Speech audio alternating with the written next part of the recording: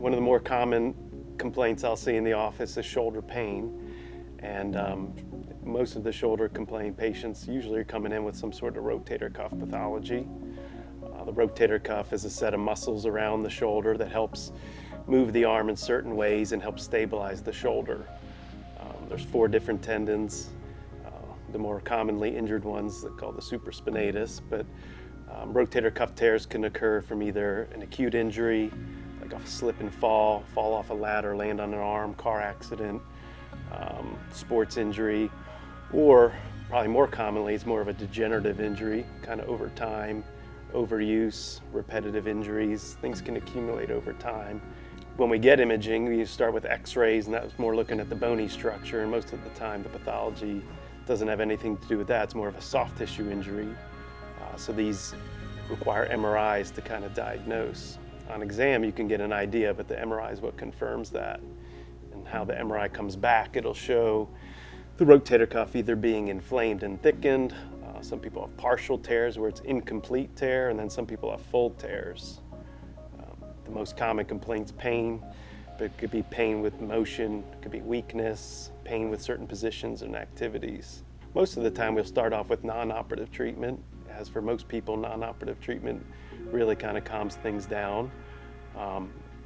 Surgical treatment's obviously reserved for people who have gone through some of the non-operative treatment and just continue to have daily limiting pain. Some people who have full thickness tears still would pretty much be asymptomatic, but the bigger the tear, the less likely non-operative treatment will work. Because non-operatively we have time, medicines, physical therapy, maybe a shot of cortisone. And for the less involved injury, I think more often than not, they'll get better with non-operative measures. And even some partial tears, they'll still require surgery, because no matter what we do, they just still have pain or limitations. But usually the bigger tears are ones that do not respond as well to non-operative measures. Most of the time, the way I do it is an arthroscopic procedure. So there's usually 3 incisions about 1 centimeter or less. It's outpatient surgery. It takes about an hour to an hour and a half at most. They'd go home in a sling, kind of immobilize the shoulder for the first few weeks. Therapy starts within a week or 2 of the procedure and probably proceeds for the first 2-3 months.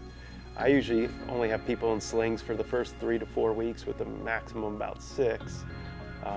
But the goal by 3 months is to have gotten full motion back.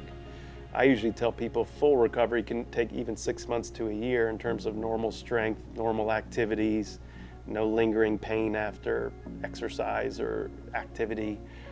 So it's a long recovery, but the goal down the line is no restrictions, no limitations, proceed to any and all activities. My goal is to see someone who's active, whether it's with exercise around the house, gardening, yard work, housework.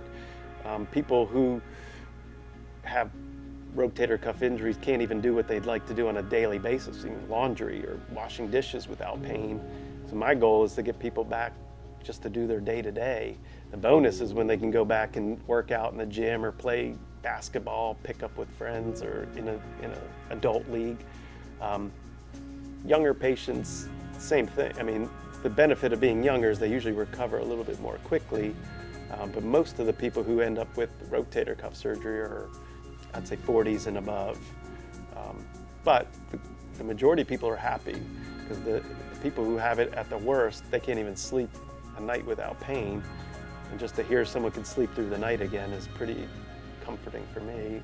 And the bonus would be getting back to working out in the gym, mowing their lawn, hanging curtains, painting the room. Those are all things we take for granted when we don't have pain. And when you're really feeling it and limited to not being able to do those activities, it changes your life.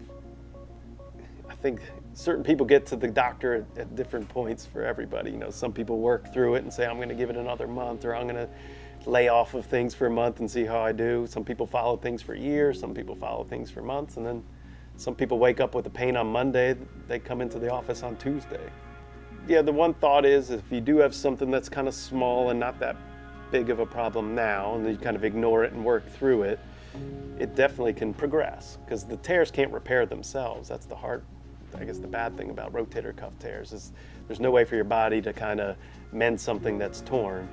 So it can only get worse as time goes, it just can't get better. There are some hesitancy in my mind in terms of watching a full thickness tear, because over time changes occur in the shoulder, so the muscle that's attached to the tendon that tears can actually start to atrophy and shrink up or turn into fat. The muscle turns into fat, it's called fatty change, and once you see those changes on MRIs, you kind of miss the boat. And sometimes even if you proceed surgically, the outcomes aren't as good as they might have been had you gotten to it a little bit earlier.